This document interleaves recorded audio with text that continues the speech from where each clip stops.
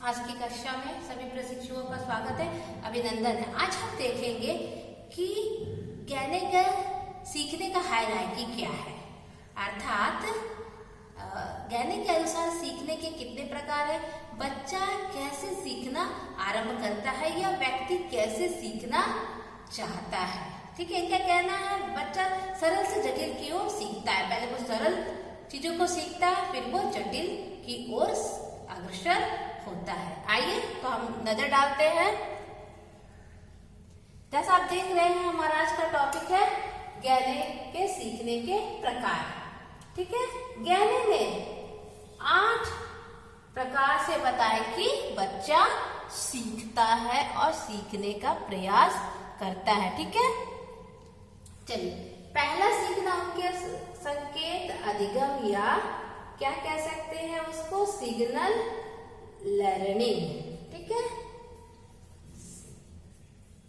Signal learning या संकेत अधिगम, सिग्नल लर्निंग। तो ये सिग्नल लर्निंग क्या है? इनका कहना है कहने का कि बच्चा संकेत के माध्यम से पहले सीखना आरंभ करता है, क्योंकि बहुत ही सरल होता है।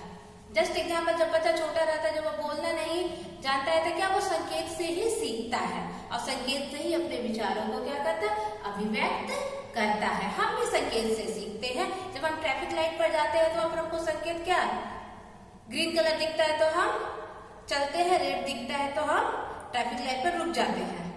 ट्रैफिक पुलिस के भी संकेत को देख करके हम समझ जाते हैं कि हमें किधर रुकना है और कब रुकना है और कब जाना है। ठीक है, आप कहीं रास्ते पर जाते हैं तो वहां लिखा रहता है, खतरा का निशान बने रहता है, समझ जाते कि इससे बाहर नहीं जाना है, अर्थात ये संकेत दे रहा है कि वहां खतरा नहीं जाना। तो व्यक्ति क्या संकेत से बहुत अच्छा सीखता है, बहुत ही सरल तरीका है सीखने का। तो बच्चा कहाँ से शुरू करता है सीखना, संकेत से पहला सीखना शुरू करता है। ठीक है, उसके बाद बच्चा क्या करता है, स्टिमुलस रिस्पॉन्स, उद्दीपन अनुक्रिया के माध्यम से वो क्या करता है, सीखना आरंभ करता है।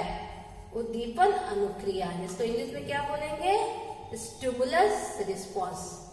स्किनर का थ्योरी आपने पढ़ा है, अर्थात उसको याद कीजिए, स्टिमुलस रिस्पॉन्स।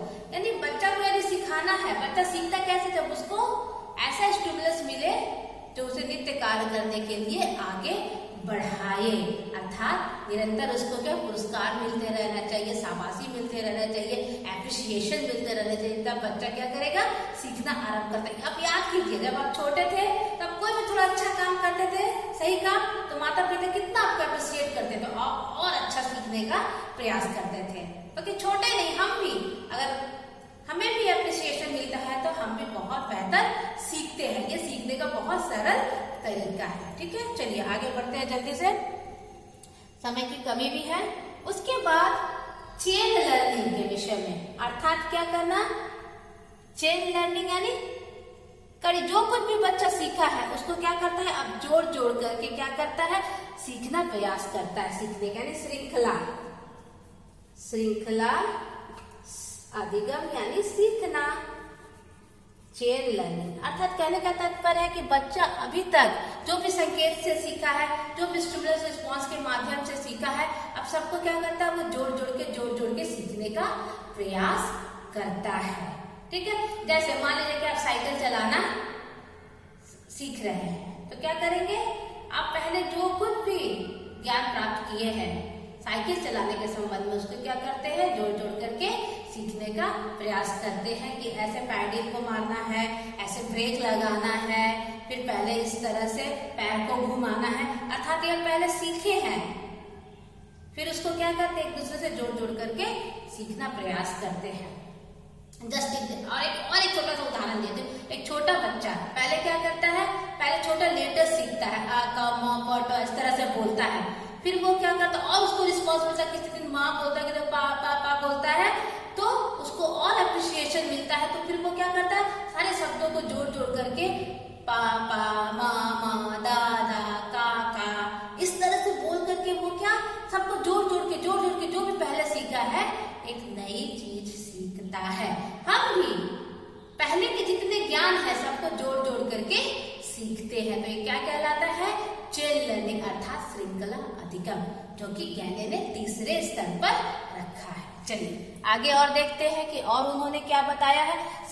चेन लर्निंग के बाद आता है शाब्दिक साक्षर या अधिगम, वर्बल एसोसिएशन। ठीक है, अब बच्चा क्या करता है, अपने शब्दों के माध्यम से सीखने का प्रयास करता है। शाब्दिक सहचर्य अधिगम, अब बच्चा क्या करता है, शब्दों में सीखने का प्रयास करता है, जो वर्ड्स के माध्यम से सीखने का प्रयास करता है।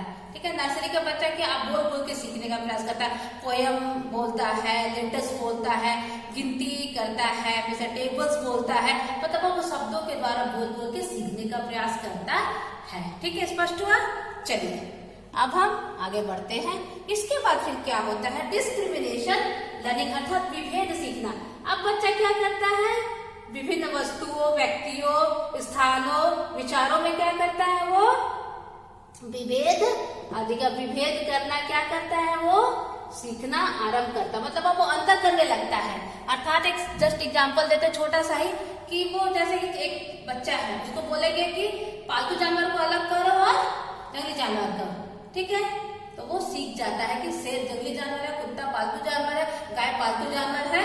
ठीक है, बहुत सारे फल दे देंगे, बोलेंगे आम निकालो, इसमें से सेब निकालो, अंगूर निकालो, लीची निकालो। तो बच्चा चूंकि सब संकेत माध्यम से, स्टिमुलस रिस्पॉन्स से, चेन लर्निंग से सारा कुछ सीख चुका रहता है अभी तक, तो वो आराम से अंतर भी सीख लेता है। ठीक है, अब जल्दी से चलते हैं आगे के अधिगम के विषय में। ज्ञानी ने क्या बताया, अब है अवधारणा सीखना, कॉन्सेप्ट लर्निंग, अवधारणा। ठीक है, अवधारणा अधिगम। अब बच्चा क्या करता है, हर टॉपिक के जो कॉन्सेप्ट है उसको सीखने का प्रयास करता है, जो भी वो पढ़ रहा है बढ़िया कॉन्सेप्ट सीखने का प्रयास करता है। कोई वस्तु है, कोई विचार, उसको एकदम बढ़िया तरीका से कॉन्सेप्ट को, अवधारणा को वो सीखता है। ठीक है, जैसे कि कोई परिभाषा सीखना आरंभ करता है, संज्ञा की परिभाषा दो तो विशेषण की परिभाषा, सर्वनाम क्या है, तो मतलब एक अवधारणा उसके मन में बन जाती है, मतलब एक कॉन्सेप्ट उसके दिमाग में डेवलप होता है कि संज्ञा ये है, विशेषण ये है, सर्वनाम ये है, एडजेक्टिव ये है। ठीक है, और मैथ्स का फॉर्मूला ये है। ठीक है, एक कॉन्सेप्ट आ जाता है। जब कॉन्सेप्ट डेवलप होता है तो फिर वो क्या करता है, आइए देखते हैं। फिर वो क्या करता है, नियम सीखना, रूल लर्निंग।